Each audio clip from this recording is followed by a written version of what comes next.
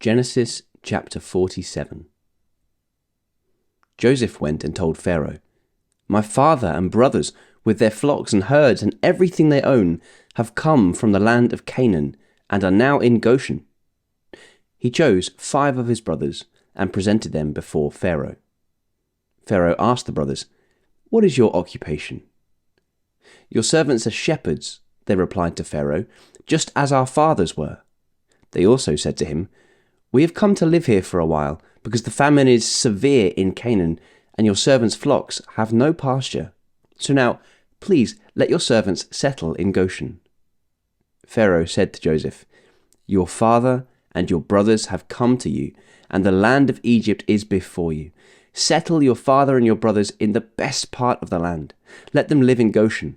And if you know of any among them with special ability, put them in charge of my own livestock." Then Joseph brought his father Jacob in and presented him before Pharaoh. After Jacob blessed Pharaoh, Pharaoh asked him, "How old are you?" And Jacob said to Pharaoh, "The years of my pilgrimage are 130. My years have been few and difficult, and they do not equal the years of the pilgrimage of my fathers." Then Jacob blessed Pharaoh and went out from his presence. So Joseph settled his father and his brothers in Egypt, and gave them property in the best part of the land, the district of Ramesses, as Pharaoh directed. Joseph also provided his father and his brothers and all his father's household with food, according to the number of the children. There was no food, however, in the whole region, because the famine was severe. Both Egypt and Canaan wasted away because of the famine. Joseph collected all the money that was to be found in Egypt and Canaan in payment for the grain they were buying, and he brought it to Pharaoh's palace. When the money of the people of Egypt and Canaan was gone, all Egypt came to Joseph and said, "Give us food. Why should we die before your eyes? Our money is all gone." "Then bring your livestock," said Joseph. "I will sell you food in exchange for your livestock, since your money is gone." So they brought their livestock to Joseph, and he gave them food in exchange for their horses, their sheep and goats, their cattle and donkeys, and he brought them through that year with food in exchange for all their livestock. When that year was over, they came to him the following year and said, "We cannot hide from our lord the fact that, since our money is gone and our livestock belongs to you, there is nothing left for our lord except our bodies and our land.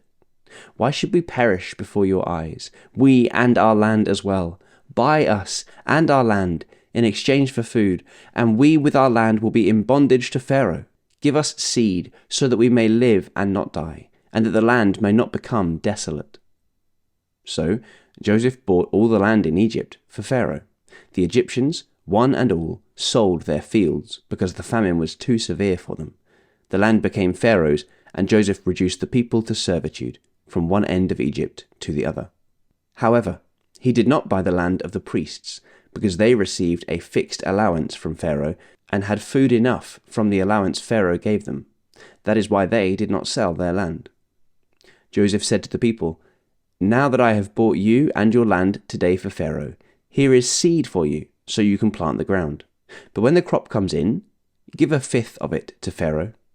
The other 4/5 you may keep as seed for the fields and as food for yourselves and your households and your children."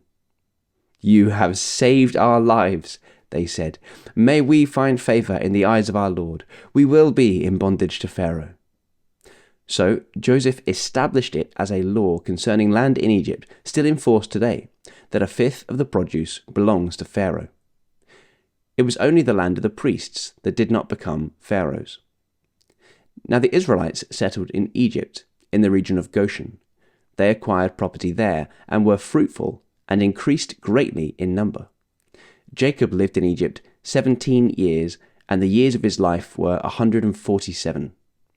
When the time drew near for Israel to die, he called for his son Joseph and said to him, "If I have found favor in your eyes, put your hand under my thigh and promise that you will show me kindness and faithfulness.